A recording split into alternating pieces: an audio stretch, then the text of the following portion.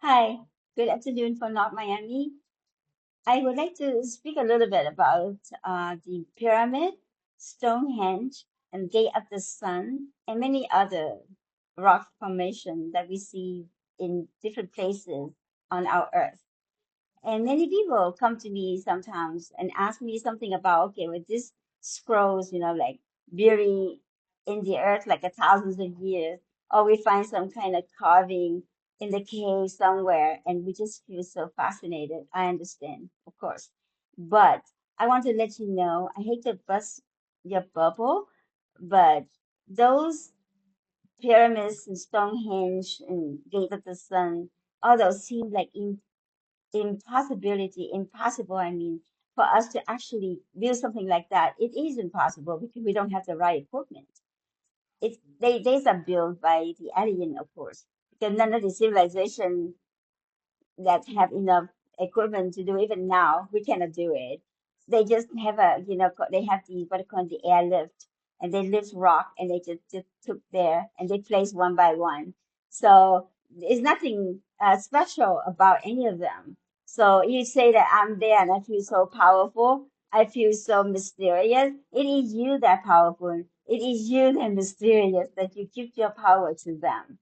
By themselves, they had no power at all. They just just rocked, okay? And so they just want you to forget who you are. You are an immortal spiritual being, and that is the highest already. There's no other being to be higher than you. The only time that any being that consider higher, quote unquote, because they achieve some kind of enlightenment rate, because they've been through um many things and cultivate the blessing, so they become enlightened, and you will get there in time. Not, I mean, some people may get stuck somewhere for a long, long, long time because of their ego, but eventually you get out of it, and you will just gonna reach your destination.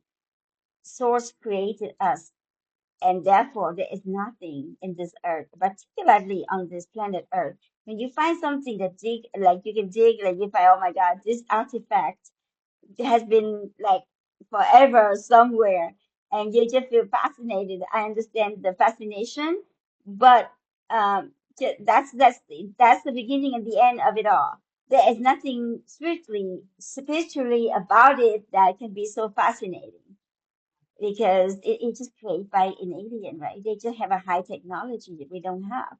But basically, they are also an immortal spiritual being on different life forms.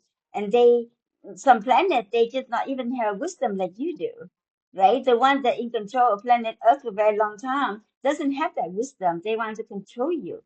They want to be you obedient. They just want people like I say jump and you say how high. They don't want you to say, I'm not going to jump. What you going to give to me before I jump? So it is time for you to recognize your divine divinity being that is within you. The only power anybody that has over you on this planet is that in the sheer numbers of group. Like they can bully like 5 person against one. That's it. So if you're under oppression, because that maybe you chose to be underneath that so you can learn something. Maybe another lifetime you have a lot of ego, so therefore you be born under somebody that have ego like you, so you can see the ugly side of having a big ego and trying to control somebody, so you can change and to become enlightened. And even speaking about enlightenment, I like to bring Buddha into focus. And Buddha, he's one of the special soul. All the aliens from many planets admire Buddha, and they very revere him. And you know why? Because Buddha has the kind of heart and the courage that is, how to say, um, beyond anything ordinary. One of the story I want to bring here is that when Buddha was on the path, and this is one of many incarnations that Buddha doing the same thing before he becomes Buddha. He became Buddha.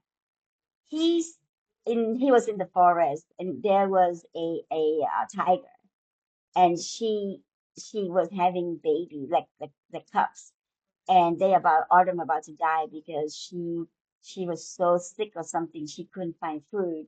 And she just about to die. And if she died, all the cubs died too.